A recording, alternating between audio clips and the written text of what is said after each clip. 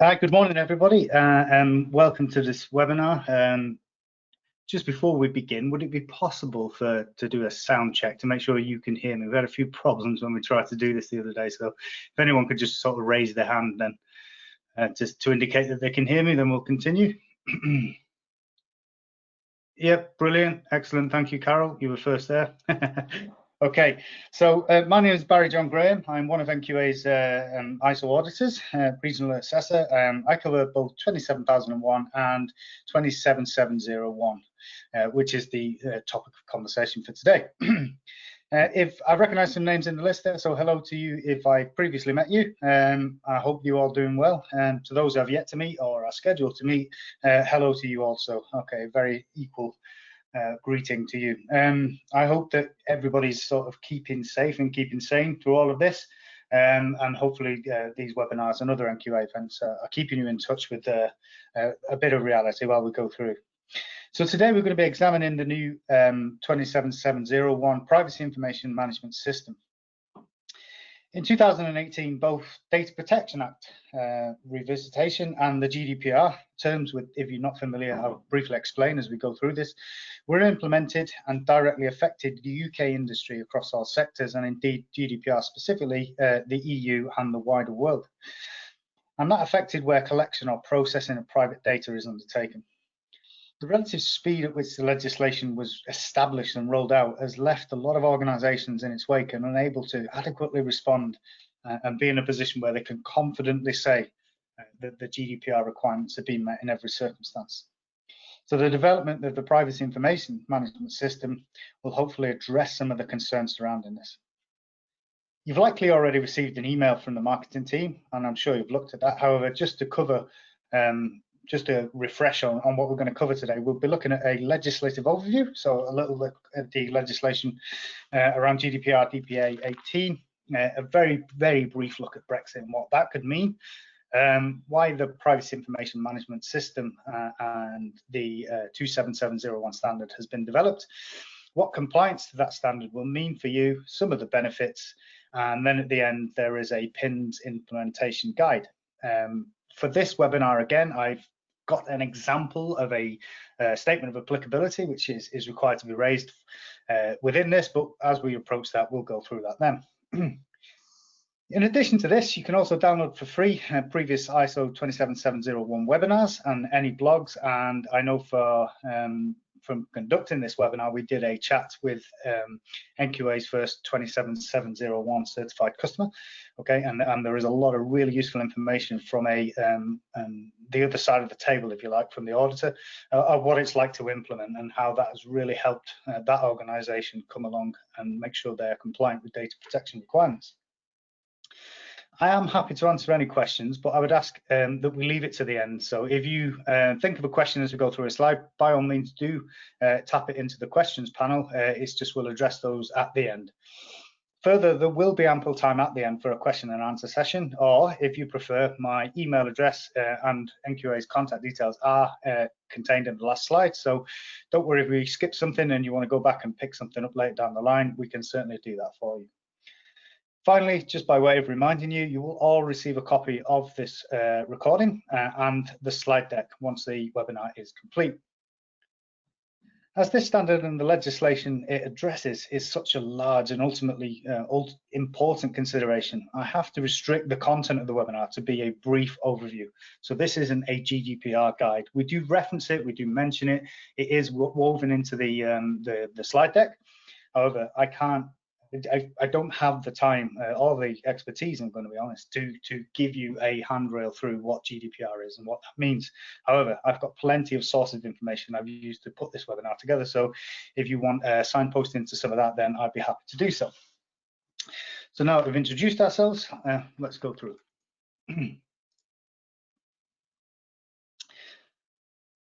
So NQA's purpose is to help customers deliver products and right across the world. As you can see there, we have some impressive numbers for various standards across the world. We've got a large global client base and we've been serving those now for over 30 years. So rest assured that you are in good hands. We specialise in management certification systems for a large number of standards and certified. Excuse me. We meet a large client base, some of which are single standard management systems and complex multi-site with multiple management systems in place. So whatever it is you're looking for, whatever it is you're thinking about adapting, we can adapt our approach to make sure each individual customer is serviced correctly. So there we go. Let's have a little look at the agenda, the outline. I'm talking today to you from the Midlands in the UK, and for now at least, still part of the EU, despite the decision made earlier this year. So I have to focus on the legislation, which is pertinent to both the UK and the EU. However, there have been other data privacy developments across the globe, and I can't cover them all in one webinar. However, I can certainly point you in the right direction if you need this. Armed with understanding of the legislative scenery, we will move on to the development of the standard and why this has been rolled out, and more importantly, why it's important to you if you've got a functioning ISMS.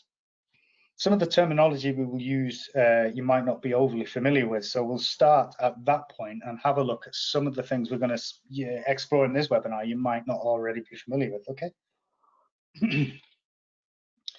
So when examining the standard, the language used, as said, is used within legislation too. So there is a mirroring of some of the legislative documentation, which we've had to look through, and then that's reflected in the standard, and those are on screen now. As I said, if you're retrospectively looking at this webinar, it's useful to refer back to this slide as we go through. Okay, if you don't pick it up first time, don't worry so much.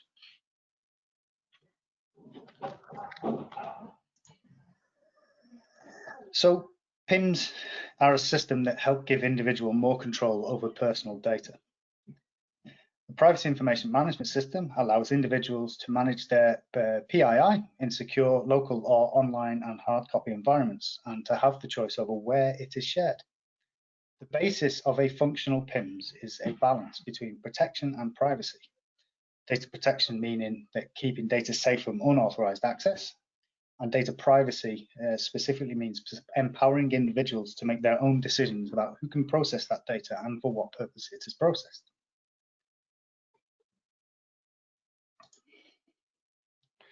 Well, there's some terminology to bring us up to speed, but what is personal data? It means something different to everybody, I imagine. So personal data is information that relates to an identified or identifiable individual. What identifies an individual could be as simple as somebody's name or a number associated with that name, or could include other identifiers such as an IP address, a cookie identifier, or other factors such as address, phone number, or picture, for example. Even if an individual is identified or identifiable, directly or indirectly from the data you are processing, it is not classed as personal data unless it relates to the individual. When considering whether information relates to an individual, you need to take into account a number of factors, which includes the content of the information, the purpose or purposes for which you are processing that, and the likely impact or effect of that processing on the individual. It is possible that the same information is personal data for one controller's purposes, but is not personal data for the purposes of another controller. Information which has identifiers removed or replaced in order to pseudonymize the data is still personal data for the purposes of GDPR. And some examples of personal data are shown on the screen there. They're the most commonly encountered, but there are others, okay? As I said, IP addresses, cookie IDs, and certainly medical information also classed as personal data. So we've established what a privacy information management system is now and what constitutes personal data. So let's have a look at some of the legislation which protects the latter. So legislative considerations for most organisations operating in the UK at present will include both the Data Protection Act 18 and the GDPR. Okay, and some of the more pertinent points of those are addressed on screen.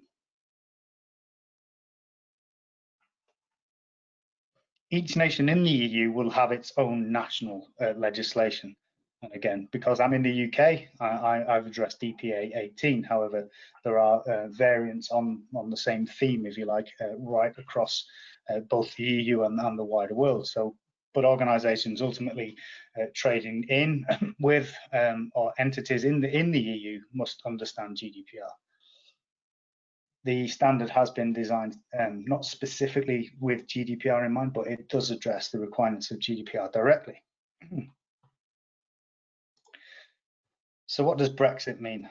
So under Section 3 of the European Union Withdrawal Act in 2018, the GDPR will hopefully be incorporated directly into domestic law immediately after the UK officially exits the European Union. In terms of the effect on EU legislation, a no-deal Brexit and complete hard Brexit may realise a complex and potentially costly outcome. Okay, but I don't think that's going to be the case if you know that's an undesirable outcome. Outside of the EU, once it occurs, the UK will be given, hopefully, third country status. Countries in this category will need to show their data protection laws are robust if they are to secure an adequacy agreement. Okay, and an adequacy decision permits a cross-border data transfer outside of the EU or onwards transfer from or to a party outside of the EU without further authorization from a national supervisory authority. And that's Article 45 of GDPR. The UK government has made it abundantly clear that it will seek this adequacy arrangement with the EU.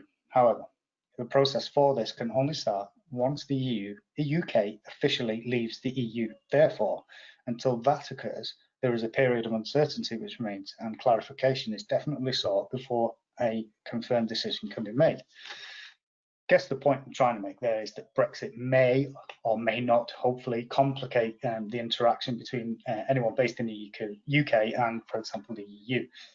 Now, if you trade in the UK and the EU at present with no sort of legislative concerns on your radar, then Brexit may amend that, but hopefully not. So let's have a look at the standard itself then.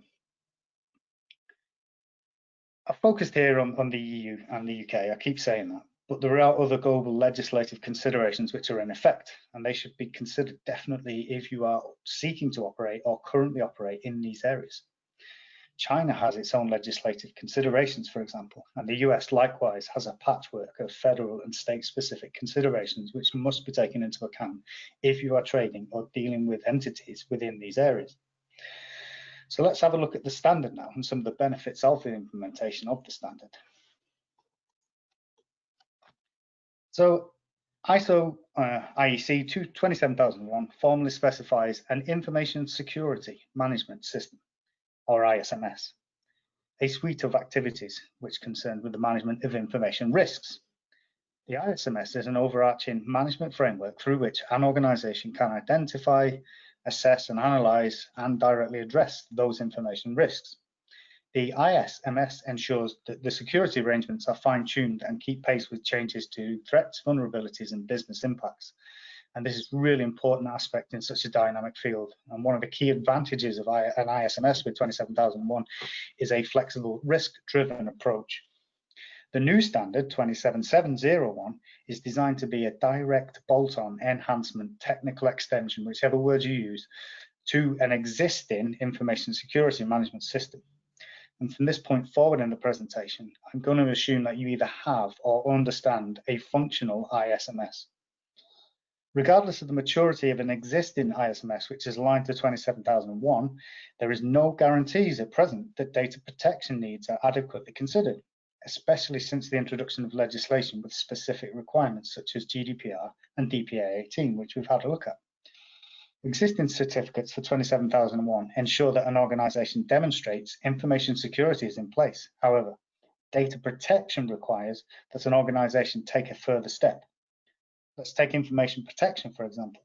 At present, any organization with an ISMS protects information it has obtained through routine activity and looks at confidentiality, integrity, and availability. Data privacy requires that this is taken a further step and the rights of the data subjects are considered. And clearly, at the moment, 27001 alone does not allow for this.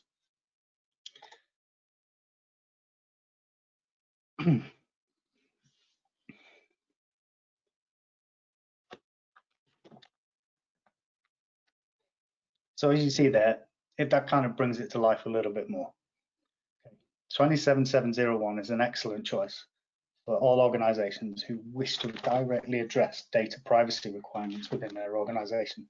If you're handling mass amounts of personal data privacy, if that is what you do every day, then it's something you kind of really do need to consider. So ISO are recognized internationally, and they are an authority on management systems and best practice.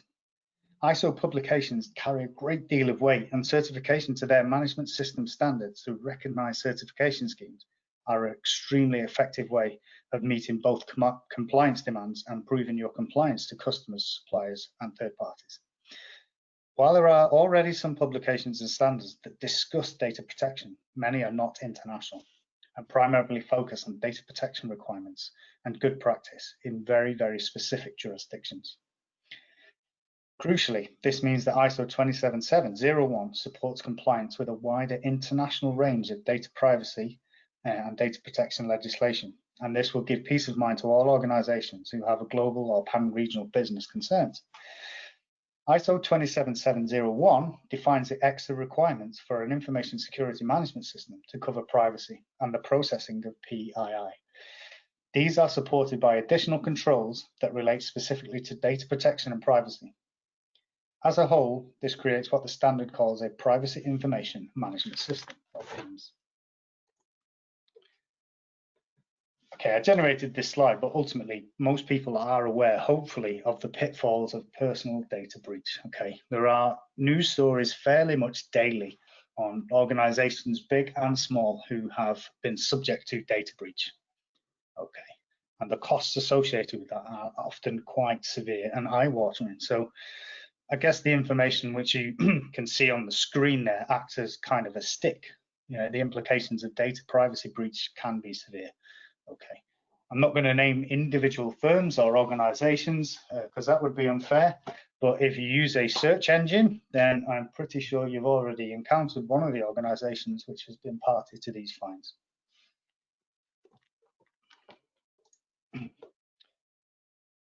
As well as the stick, there's also the carrot, and this is it. So the benefits of the implementation of an ISMS are very well documented. I won't go into them here, but here I've outlined some of the wider implications for an organization for implementing a PIMs as a technical extension to their ISMS.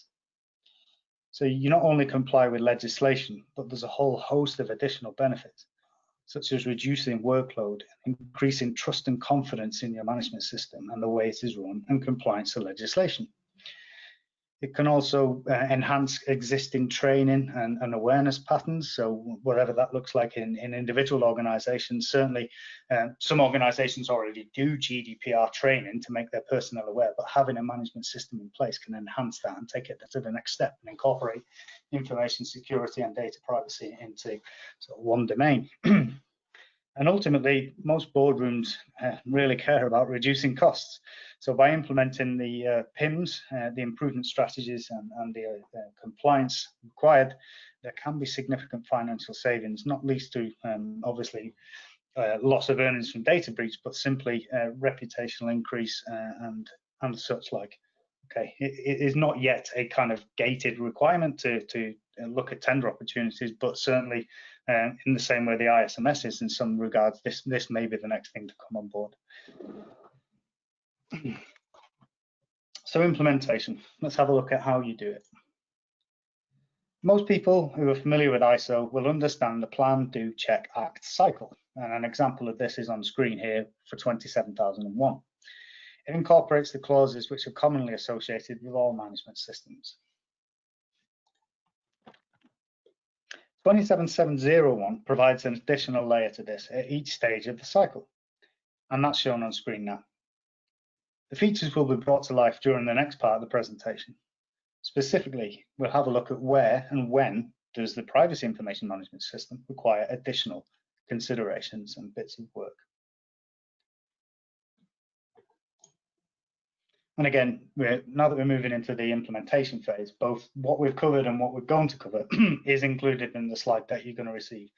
The first pass through it, especially if this is the first time you've explored this or you've thought about it, it might not stick. It took me a few goes of going through the complete standard and mapping it across and creating an SOA, for example, and looking at tangible evidence. It took a little while for it to all sink in when I first started to do this. And likewise, if that's you, yeah, this is why it's really useful to keep the slide deck close, because you might refer to some of the tables we're going to see, for example, and some of the slides specifically now, which look at how to implement once you've got your ISMS up and running.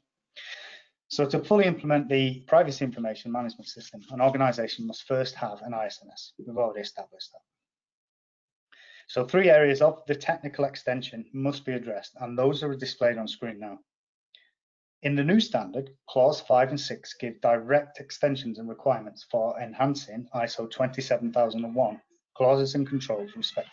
So clause 5 maps across the new clause requirements, and clause 6 of the new standards maps across additional work required on your existing statement of applicability. And these are covered in detail in the slides which follow.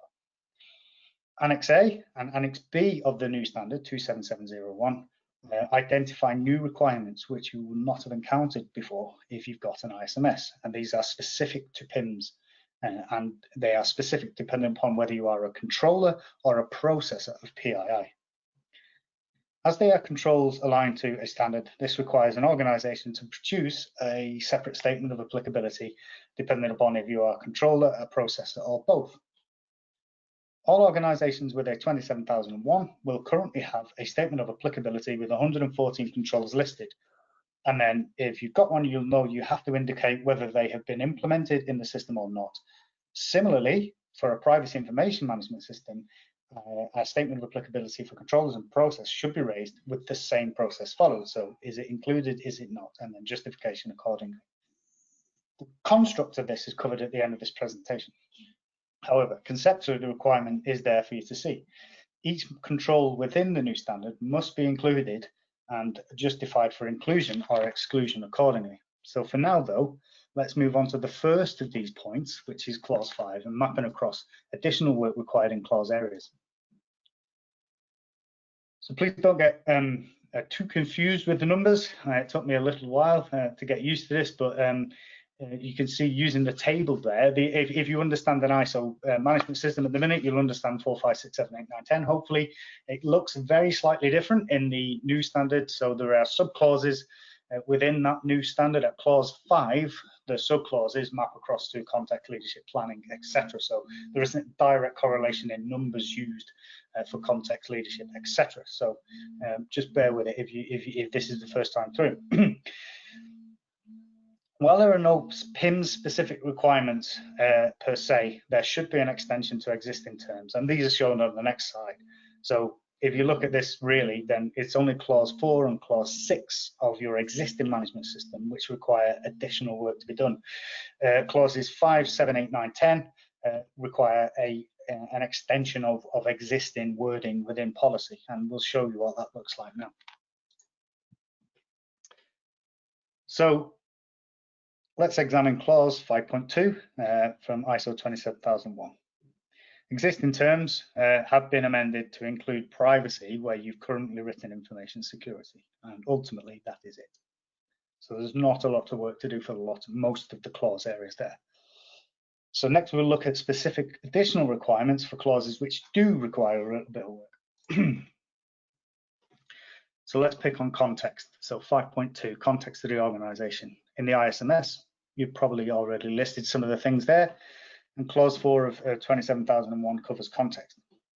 Note, as we pre-warned, the clause numbers and some of the listings for 27701 differ slightly. So that's why clause 4 looks like 5.2 on the screen there. So to implement 27701, you must consider additional things and enhance existing policies. And what this looks like is demonstrated on screen now. Simply put, an organization must now determine the role of the controller or processor of PII within their organizational context, and where do these entities sit within the organization. Furthermore, you must include any interested parties which are associated with the management system which specifically process PII data. You must include processing in the scope in the ISMS. It does not necessarily reflect a requirement to change the scope statement. However, the activity must be considered and reflected within the organizational scope policy. And finally, for context, a slight extension to the ISMS in terms of inclusion of PIMs. So you must make a commitment to improve ISMS you've got to add PIMs too. And the only other bit of work in the clause area comes in the planning domain. So it's clause 6 in ISMS, you may be familiar with that. It's 5.4 in the subclause area in the new standard. The additional requirements are stated on screen. And hopefully, as you can see there, I've made this kind of palatable. In terms of addressing specific requirements of 27701, all of the information is contained within clause 5 of the standard. It may take a few reads before it becomes clear, but once it does, it's a very, very simple piece of work to implement. The next few slides are going to cover technical extensions to your existing control set. So you have a statement of applicability and there are 114 controls within that, okay? The additional work which is required to address privacy within that existing control set is now shown on the next few slides. I'm not going to cover them all in the webinar. Simply put, because you're going to get this slide deck, hopefully you can sort of spend a little bit of time having a look through the tables to see where it applies. In some circumstances, there's not a lot of work to do. It's simply an extension of terms. Okay, so the development of the policy, the very first one there, you've got to reflect PIMs as well as ISMS. In other areas, okay, such as 821 from asset classification or classification policies, you must now incorporate PII specifically within classification policies. Okay. So there is some work to be done, and in some areas, and not so much work to be done in others. Just showing you the table so you can see the kind of mapping across which I've done.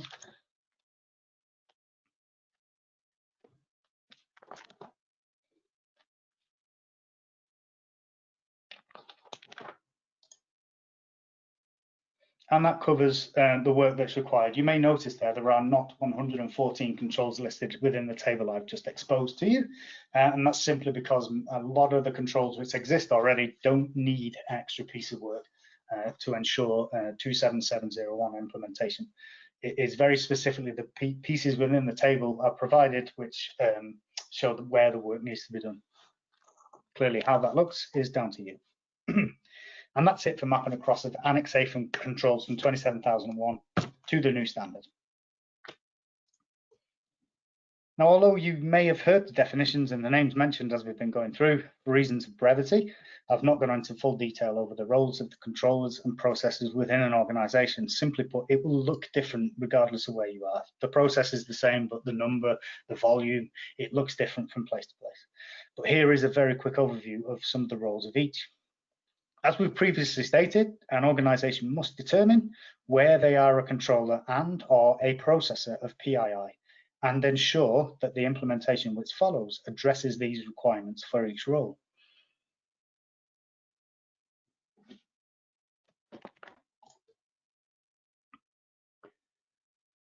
So you must produce a statement of applicability. Simply put, if you are a PII processor, then you have a 18 entry statement of applicability to produce. If you are a controller, likewise, you have a 31 entries to generate on a new statement of applicability, which shows your role. Clearly, if you have the role of a PII processor and a PII controller, then your new statement of applicability, which you've never generated before, will be 49 entries deep. Okay, and again, the controls are completely outlined within the standard. Within Annex 7 and Annex 8. So just Clause 7.8, sorry, Annex A and Annex B, just have a look through, and same as 27001, just map the controls into a spreadsheet, a Word document, however it looks for you, and then look at the activity it contains and then write where it applies to you. So in previous versions of this webinar, we've not been able to show you this, but I'm quite happy to be able to sort of give a very, very, very quick example of what this looks like. So this is a statement of applicability which applies to both a controller and a processor. And hopefully those who are familiar with statement of applicability can see it's quite a process you should be familiar with. And most of the work is just mapping across the controls which are contained within the standard, indicating any documentation you have where this is included, and then indicating where it is included or where you haven't, such as this line here. Again, you need to indicate where things are not done, where the control is listed. So you must map out each of the controls for the processors, each of the controls for the controllers, and then indicate whether it's relevant to you or not with justification. And then it's not very clear, sorry, that's my fault, but here is the processors equivalent.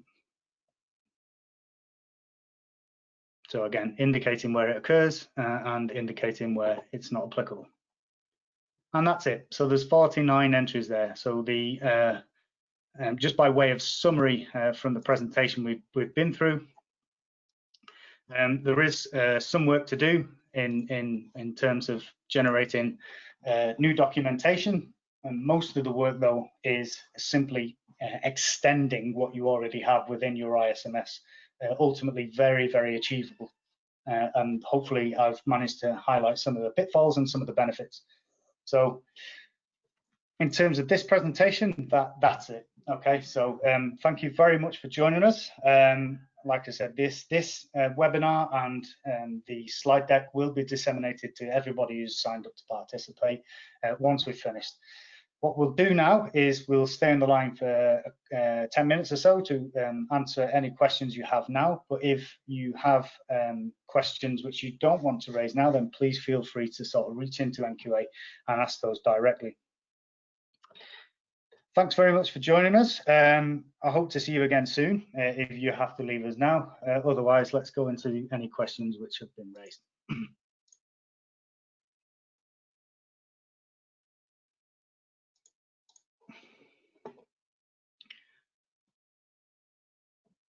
So yeah, this is a fairly common question, actually, Carol. So I hope I answered that in the webinar, but just by way of a recap, you can't implement on its own a 27701. Quite simply, you already need a functioning information security system. You need a management system in place, an information security management system in place to extend that system to address data privacy directly. And the standard, yeah, another question there. The standard does directly, in fact, one of the areas within is just having a look at articles within GDPR. Okay, so it's all included within the standard. If you implement this, then you will be covered. It doesn't say this is GDPR compliance anywhere on the standard, but ultimately it gives you data privacy compliance in that respect.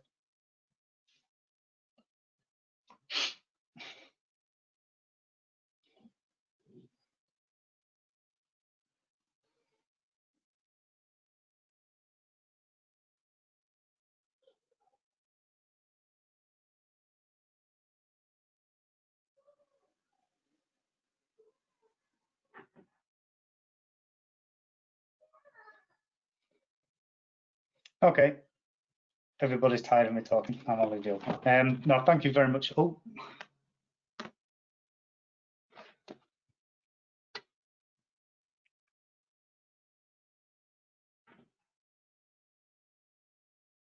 Okay, so yeah, Wendy's asked a question about other privacy regulations. Yes, this standard was raised to address data privacy legislation as a whole. Okay, GDPR is considered the most comprehensive set. So yeah, it does address all privacy regulation globally, but you have to indicate where it applies to you. So if there are specific regional legislation you need to be aware of, then yeah, you've got to include that in things that you're tracking within one of the control areas. But by implementing this system, then you will meet the requirements of that legislation. I hope that makes sense. But if it doesn't, then please, let me put my email address on. If you're going through this and nothing makes sense and you want to sort of revisit, I should include my email address really.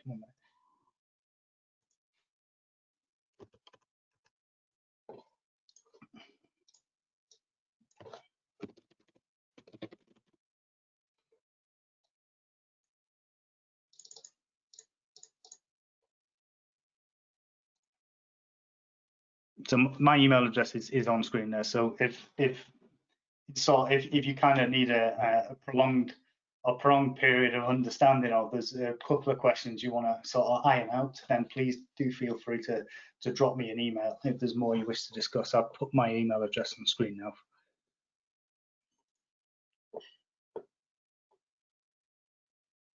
now. Jason's asked if you get a separate certificate. Yes, you do. So it is a system in its own right. So you require the ISMS to build the privacy information management system on top, but you get a separate certificate.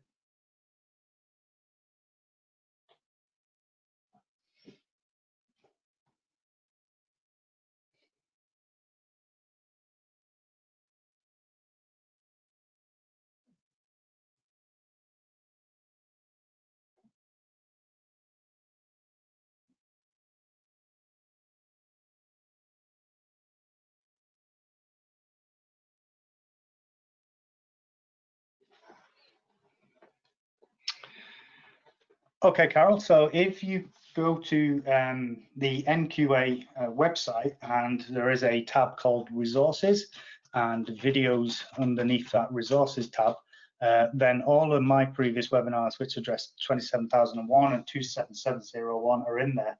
However, if you're struggling to navigate around and you kind of want to go straight to the source, if you will, then I've put my email address on there, so please do drop me a line.